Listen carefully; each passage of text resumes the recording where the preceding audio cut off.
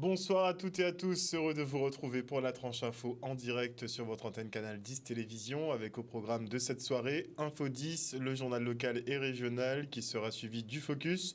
Nous sommes jeudi, donc nous parlerons anthropologie noire avec notre expert des humanités classiques africaines, Monsieur Omotunde. Ce sera après la coupure pub de 19, mais pour l'instant place au JT.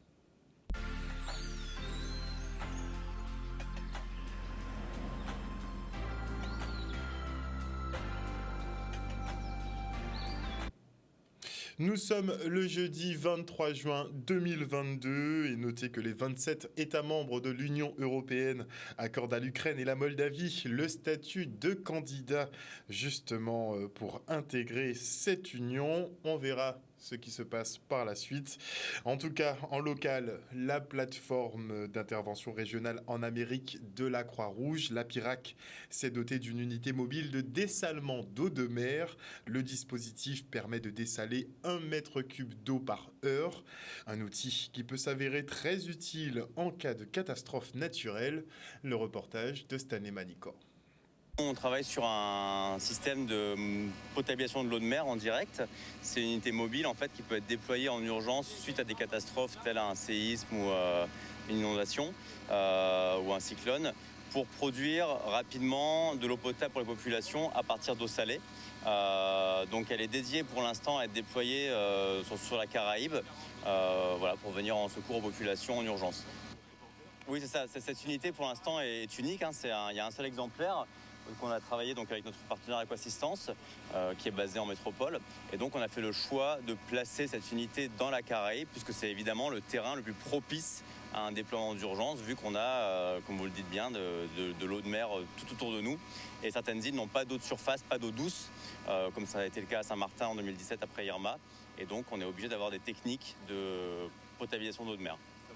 Aujourd'hui, on utilise de l'osmose inverse. L'osmose inverse permet de séparer les sels de l'eau potable qui pourra être au service des bénéficiaires en situation d'urgence. Une fois qu'on a installé la machine, ce qui peut prendre une journée et qu'on a mis en route encore une demi-journée, c'est instantané pour produire l'eau potable et on peut produire 1 mètre cube par heure. Ce qui permet, du coup, si on tourne 10 heures dans la journée, en situation d'urgence avec les normes de l'OMS, de produire pour une journée pour 800 bénéficiaires. Il faut que ça soit des gens formés. Donc c'est des techniciens Aquassistance qui doivent faire tourner la machine avec l'aide de la PIRAC qui sont formés aussi. Tout à fait. En cas de catastrophe dans la Caraïbe, je trouve que c'est une bonne initiative de transformer l'eau de mer en eau potable, bien sûr. Là, c'est une semaine complète de formation et d'exercice. C'est la première formation pour cette unité vraiment toute nouvelle et donc elle est dédiée aux bénévoles de la Croix-Rouge française, de la PIRAC et aux bénévoles d'Aquassistance qui seront amenés à devoir utiliser en urgence cette station sur un territoire caribéen. Et avec la période cyclonique qui s'annonce très active, la communauté d'agglomération Cap Excellence procède au curage des canaux de son territoire. Ça fait déjà 3 semaines qu'ils sont à pied d'œuvre et ce n'est toujours pas terminé. Le reportage. Il s'agit des travaux que nous réalisons, Cap Excellence, dans le cadre de la compétence GEMAPI, gestion des milieux aquatiques et prévention des inondations, et faisant suite aux événements, aux inondations de fin avril, 30 avril, et aussi par rapport à la période cyclonique. Donc nous avons enclenché un certain nombre de travaux de curage, notamment au niveau du canal de Vieux-Bourg, canal de Lafont, canal du Creps, canal de Petit-Pérou, canal aussi de Verguin. Donc c'est en prévision des inondations. Donc nous enlevons tous les déchets blancs qui se trouvent notamment dans le canal de Vieux-Bourg, les végétaux, donc de manière à ce que l'eau puisse s'écouler naturellement. Et donc c'est ce travail-là que nous avons toujours fait au niveau de Cap Excellence et nous continuons à le faire parce que nous sommes dans la période cyclonique et nous avons en mémoire les événements, les dégâts qui se sont évidemment déroulés au mois d'avril. Mais en tout cas, nous faisons tous les efforts, tout ce qu'il faut pour que nous puissions améliorer le quotidien de la population, pour qu'on puisse aussi faire les travaux qui s'imposent, mais nous n'avons jamais réglé totalement le phénomène des inondations. Nous avons des outils, nous avons la compétence, et donc nous travaillons et nous pensons que d'ici quelques temps, nous allons pouvoir améliorer sensiblement toutes les conséquences des inondations. On est en charge pour la communauté d'agglomération de Cap Excellence de réaliser un curage des caniveaux sous la zone de l'agglomération. C'est un travail qui est lourd et un peu méticuleux parce qu'en fait, il faut qu'on fasse attention dans l'intervention parce qu'en fait, il y a des réseaux qui passent dans les canaux, donc il faut faire extrêmement attention pour ne pas les toucher, quoi. Ça fait déjà 3 semaines qu'on est dessus. Là, on est sous la phase finale. On va rester ici, je pense, encore 2 jours. Et après, on ira sur le site de Sonis. À ce jour, quels sont les objectifs de ce travail, de ces travaux? C'est en fait, si vous voulez, d'enlever, tous les détritus flottants ou pas, je dirais, et même voir, à enlever, à abattre des arbres qui sont dans le lit du cours d'eau, et ainsi de permettre l'écoulement naturel de l'eau. Voilà un petit peu en synthèse ce qu'on peut dire sur ces travaux. Ensuite, donc, le montant de ces travaux s'élève pour l'heure, à 41 000 €. Et comme le disait M. Micheli, on a identifié des secteurs prioritaires. Mais à ce jour, nous sommes en relation avec les 3 directions des services techniques des 3 villes membres pour identifier d'autres sites, pour qu'on puisse engager une programmation ultérieure au titre de la GEMAPI. Et la gastronomie s'invite à l'EHPAD Palais Royal aux Abîmes. À la demande de la direction, le chef Jimmy Bibrac a installé un restaurant éphémère dans l'établissement de santé. Une nouvelle occasion de poursuivre la valorisation du patrimoine à travers l'art culinaire auprès de tous les publics, où qu'ils soient, c'est son credo. Nos seniors ont donc eu droit à un repas 5 étoiles, le reste en images. On a eu l'opportunité de pouvoir obtenir des fonds de la Fondation Bruno. Et grâce à ces fonds de la Fondation Bruno, on a sollicité la collaboration du chef Jimmy Bibrac. Et ensuite, on a pu monter ce projet. Donc la gastronomie s'invite dans les EHPAD. Les résidents n'ont pas besoin de sortir, mais la gastronomie va jusqu'à eux. Et on a mis vraiment les petits plats dans les grands. D'ailleurs, on peut même dire les bocaux dans les plus grands bocaux, parce qu'en fait, vous avez 2 services, un service ici et un service dans les unités pour les résidents qui ne peuvent pas se déplacer. Quand on me propose ce type de projet, moi je suis toujours partant parce que je suis là pour justement faire valoir et partager cette gastronomie. Comme je le dis toujours, c'est la valorisation du patrimoine à travers l'art culinaire. Et j'ai le devoir de le mettre à la portée de tout le monde. Donc c'est pour ça que je n'hésite pas à me déplacer pour ce type d'événement. Des fois, c'est pas évident. On doit quand même contrôler parce que nous avons des mixés, des gens qui mangent mixés, nous avons des gens qui mangent normaux. Il y a des régimes à respecter. Mais on a pu respecter tout ça avec le menu que nous avons choisi avec le chef Jimmy Bibrac. C'est tout à fait normal de pouvoir conjuguer toutes ces pathologies avec la cuisine parce que la cuisine a d'abord l'outil premier, la mission première de la cuisine, c'est d'abord nourrir l'être. Donc, quel que soit mixé, sans sel, avec sel, sans gluten, avec gluten, la cuisine, elle se fait. La cuisine, c'est de l'amour, c'est du partage. Et après, derrière, c'est le cuisinier qui va ramener ce côté fun, ce côté croquant, croustillant, qui va faire que la cuisine, elle va être bonne, tout simplement. On a des patients qui pouvaient se déplacer, donc on a réalisé un restaurant éphémère pour eux sur place. Et pour ceux qui ne peuvent pas se déplacer, on a fait la mise en bocaux et on a livré directement de manière gastronomique pour que les choses soient aussi agréables. On a mis le paquet vraiment depuis hier qu'on travaille sans repos. Ce matin, très tôt, à 5h30 du matin, mon équipe était là pour pouvoir travailler aussi sans problème. Et franchement, on a réussi quelque chose de super bien. Rien n'est laissé au hasard, depuis le cocktail jusqu'au pain, en passant par le dessert qui est passionnément mango aujourd'hui, puisqu'on est en pleine saison de mangue et de passion. On a voulu travailler en entrée la betterave, la noix de coco, le poisson. Et puis en plat chaud, on a un super agneau sauce cacao qu'on a réalisé avec toute l'équipe. Et je tiens justement à remercier toute l'équipe de l'EHPAD et tous les dirigeants aussi qui m'ont invité aujourd'hui à cette manifestation. Et merci aux gens qui sont là pour déguster cette cuisine parce que sans eux, moi, je ne suis rien. Un reportage signé Stanley Manicor. Et puis la moindre des choses aurait été de leur assurer ce type de service tous les jours. Et on part pour le lancement du salon Fête à Live en Babois à Petit Canal. L'occasion de valoriser notre patrimoine littéraire, mais aussi le site de Duval. Le reportage. Un salon du livre qui se lance, la première édition, avec une connotation particulière, livre en babois. Et vous voyez les livres qui sont suspendus sur les suretiers et sur les arbres qui se trouvent ici. Le site est approprié parce que c'est un site historique avec, je dirais, une certaine valeur patrimoniale. Et vous savez comment nous accordons, je dirais, une importance à l'histoire à Petit Canal. Petit Canal, carrefour de l'histoire, avec les Marches, Boutiran, ici même Duval, sans compter, je dirais, les différentes habitations qui ont marqué l'histoire de la Guadeloupe et qui se trouvent sur le territoire de Petit Canal, mais du Nord Grande Terre aussi. Et donc, c'est une fierté de pouvoir tenir cette première édition du salon ici à Duval. J'ai suggéré, et je crois que cela se fera, puisque le maire de Petit Canal, qui est le premier vice-président de la CNGT, je crois, est tout à fait d'accord avec les maires des autres villes du territoire du Nord-Grande-Terre, avec M. Boutin, le président de cette manifestation et de celui qui a été à l'origine de ce concept-là. Je crois que nous sommes d'accord aujourd'hui pour dire que cette fête se fera chaque année sur le site de Duval et que notre ambition, c'est d'aller vers d'autres horizons. On va demain avoir la journée des enfants, des élèves et des jeunes. Samedi et dimanche,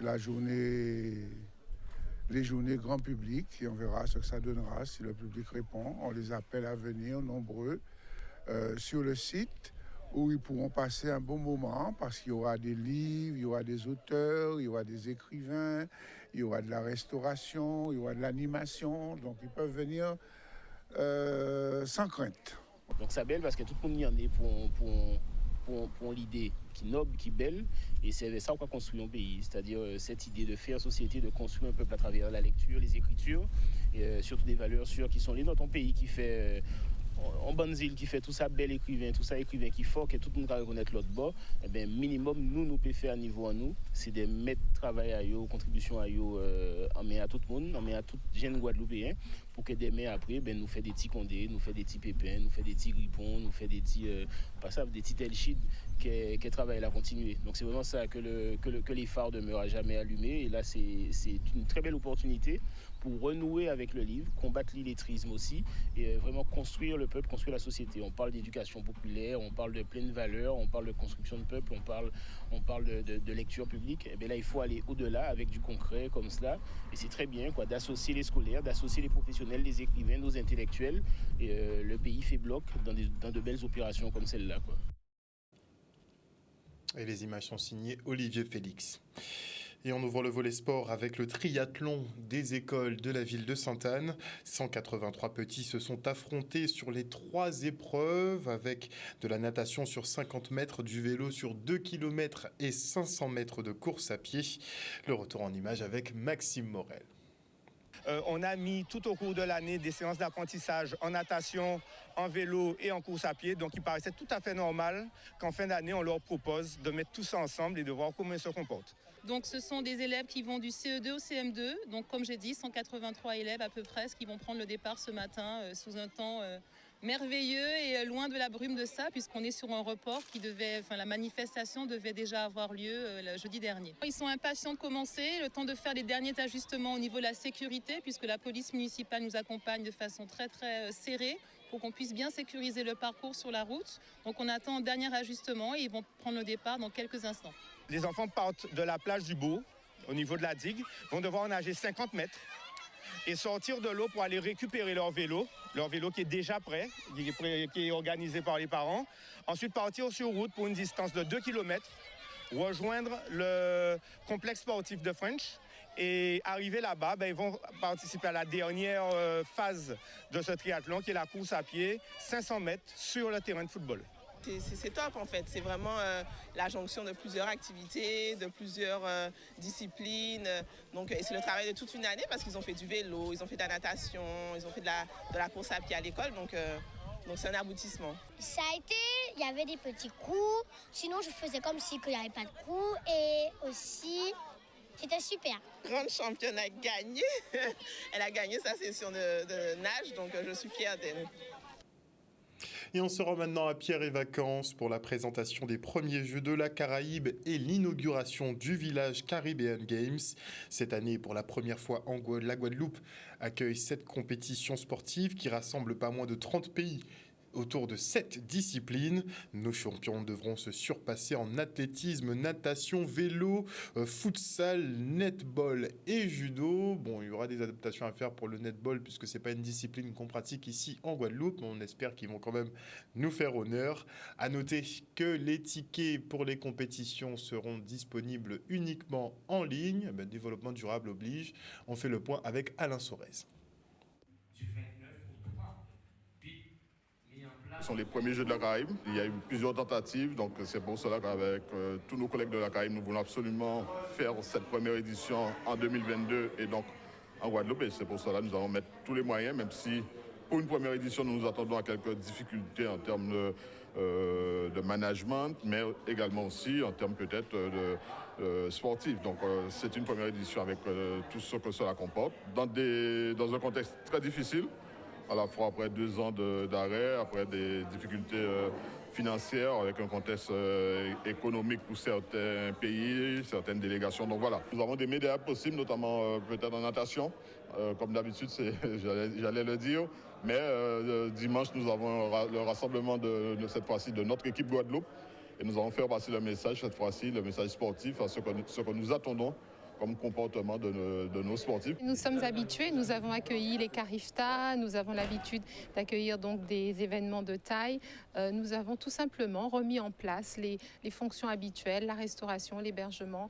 Et puis nos équipes sont rodées. Donc il s'agit pour nous d'une opération, je ne dirais pas de routine, mais nous maîtrisons ce type d'événement. Donc nous sommes sereins et les attendons avec beaucoup de plaisir. Le public a un rôle à jouer. Nous essayons, je l'espère, nous allons dire aux Guadeloupéens de faire l'effort parce que nous avons décidé de faire, que ce soit les tickets gratuits, que ce soit les tickets payants à 5 € sur seulement allmall.com. Donc de faire l'effort de jouer le jeu du numérique et de ne pas s'attendre à avoir forcément, parce qu'en principe, il n'y a pas de guichet le jour des événements sur les sites. Donc de faire cet effort d'aller sur le site internet allmall.com pour avoir ces tickets gratuits ou payants. Et nous verrons à quelques jours de l'ouverture des Jeux si ça prend. Sinon, il faudra s'adapter parce qu'apparemment, les Guadeloupéens n'aiment pas trop la vente des tickets en numérique, mais nous allons essayer d'innover en ce sens-là et nous allons nous adapter. Mais en tout cas, il y a suffisamment de tickets gratuits et nous demandons au maximum de Guadeloupéens d'essayer de remplir les stades, de remplir les sites et de mettre l'ambiance.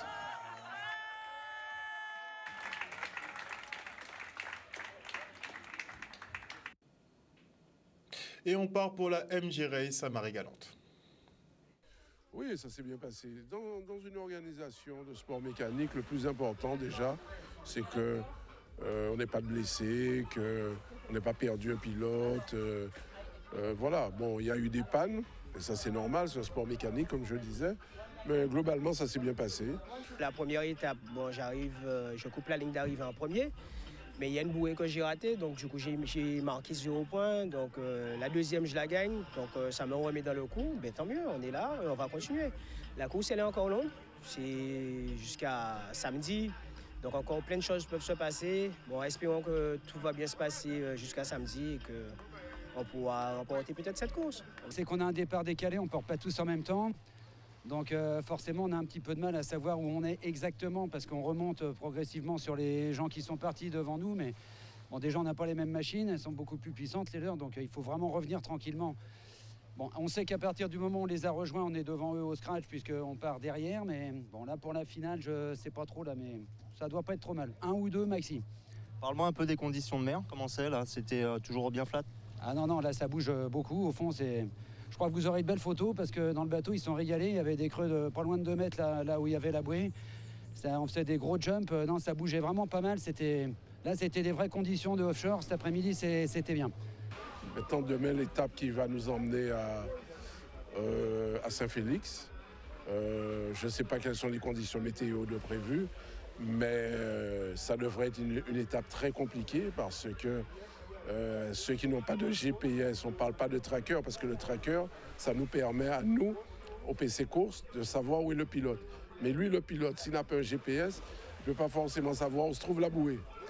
Et là, il va falloir faire très attention. Donc demain, je pense que ce sera encore une autre course. Faire preuve de beaucoup de pilotage, de beaucoup aussi de maîtrise par rapport à la machine, puisqu'il faut se préserver soi, mais aussi la machine, puisque c'est les deux.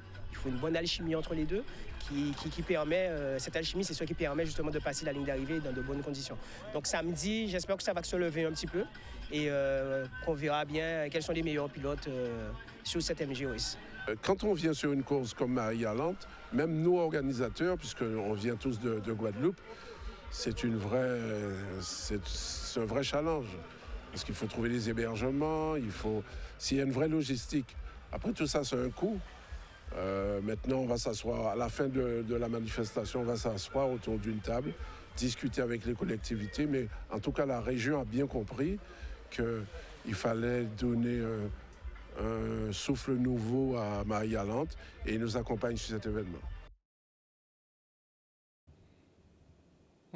Important de faire les comptes. Et afin de développer l'insertion sur son territoire, la ville de Bémao mise sur la création d'un guichet unique regroupant tous les partenaires. Un projet contractualisé ce jour avec la signature de divers partenariats avec les acteurs sociaux. Plus de précisions dans le reportage. C'est toute une équipe qui est à l'origine de tout cela. L'équipe, bien sûr, pilotée par l'élu en charge de l'insertion professionnelle et par l'activité économique d'Alila Eustache, qu'on appelle la cellule insertion et cohésion sociale, mais aussi le cabinet du maire, mais tous ses partenaires qui aujourd'hui, ont participé à nos côtés à la signature de cette belle convention de partenariat. Je veux parler de l'ADI, bien sûr, je veux parler également de la mission locale, du Pôle emploi, de la région Guadeloupe. Également, je veux parler aussi de Guadeloupe Formation. L'idée et l'objectif pour nous, tous ces partenaires ensemble, travailler ensemble, mutualiser nos forces, mutualiser nos moyens afin d'accompagner nos publics ciblés sur le territoire de Bémao, nos jeunes, nos moins jeunes, nos personnes en situation de handicap, de manière à pouvoir leur permettre d'intégrer un parcours d'insertion, insertion professionnelle par la formation, par l'emploi, mais aussi l'insertion sociale. Donc aujourd'hui, c'était essentiel pour Pôle emploi d'être présent pour cette convention de partenariat avec la ville de Bémao. Nous avons 2 agences situées sur le territoire et nous œuvrons quotidiennement pour accompagner au mieux les demandeurs d'emploi et les entreprises et donc de permettre justement de formaliser cet échange, cette collaboration par une convention, c'était essentiel pour nous. Aujourd'hui, le maire a eu l'idée, le conseil municipal, a créé un guichet unique sur l'insertion professionnelle.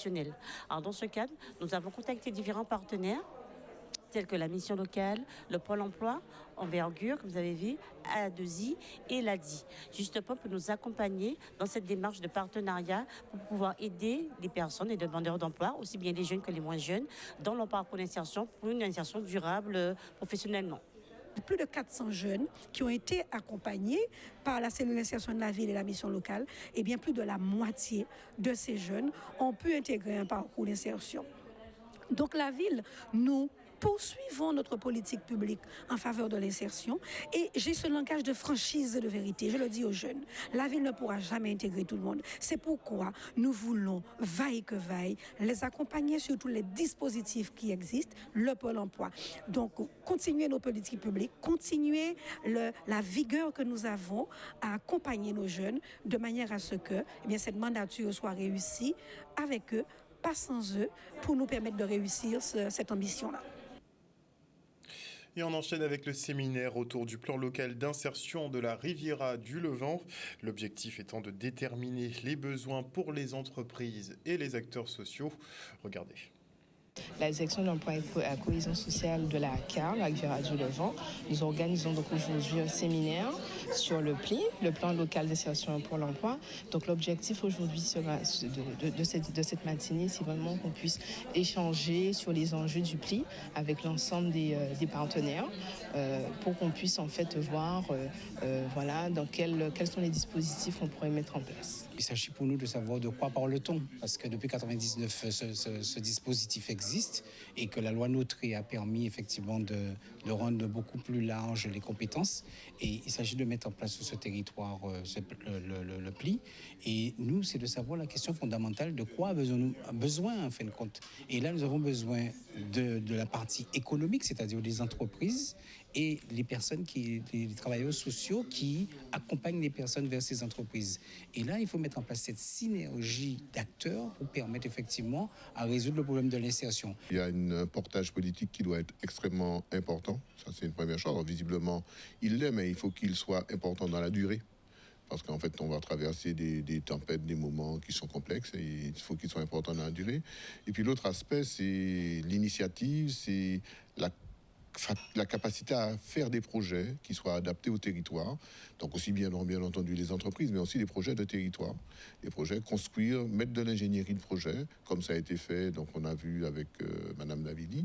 Donc l'ingénierie de projet pour pouvoir former des gens, leur permettre d'entrer dans des emplois, mais aussi de pouvoir répondre aux problématiques du territoire. Nous sommes obligés aujourd'hui de nous mettre, nous, institutions, autour d'une table pour réfléchir sur les actions à mener pour l'épanouissement de nos populations en matière d'insertion, de formation et d'intégration. C'est important de savoir comment articuler cet outil et aussi prendre connaissance de l'expérience du Périgueux, de l'expérience aussi de la communauté du nord de la Martinique, pour pouvoir mieux comprendre et savoir comment nous aussi se lancer dans ce pli.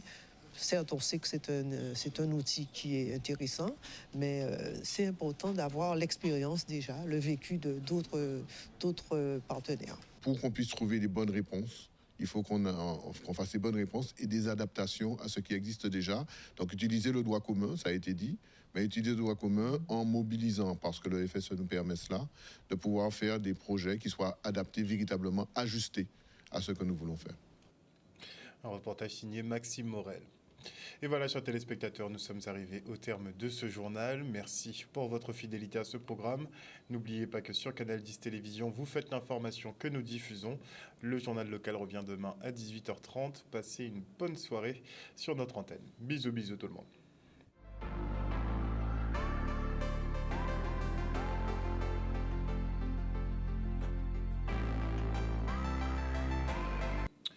À venir dans la tranche info sur Canal 10, le jeudi anthropologie avec notre expert des humanités classiques africaines, Nusere Kalala Omotunde.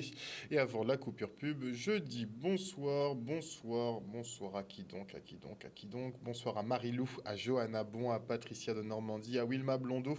Bonsoir au général Franck Abar, le général qui nous demande ce qu'il s'est passé à Bainbridge. Eh bien, visiblement, il y aurait un prof en informatique qui serait décédé, qu'on aurait retrouvé dans l'établissement allongé Redmore. Il faudrait qu'on prenne plus de renseignements à ce niveau-là, mais je sais que l'information tourne déjà beaucoup sur les réseaux sociaux, en tout cas. Bonsoir à Joël Bazid, bonsoir à Jimmy Kamagouva Aliar, bonsoir à Marie Rutil, bonsoir à Marie-Lou, bonsoir à Claudie Giraud-Girard, bonsoir à Marie-Hélène Borès, bonsoir à Viviane Coton, Lydia Luce, bonsoir à Cathy Touchot, bonsoir à qui d'autre, à Mieli Pops, bonsoir à toute la team des infos, à Perle de Caruquera, toujours connecté. Vous êtes toujours présents, ça nous fait plaisir. Fabien Média 97 était là aussi. Et je peux principalement voir les gens qui me suivent aussi sur mon Facebook en fait perso. C'est pour ça que c'est à peu près toujours les mêmes de la team, mais la team est beaucoup plus grande que ça. Vous allez qu'à voir les débats. Bonsoir à Maggie Martol, bonsoir à qui d'autre. Ce sera tout pour ce soir. On se retrouve après la pub.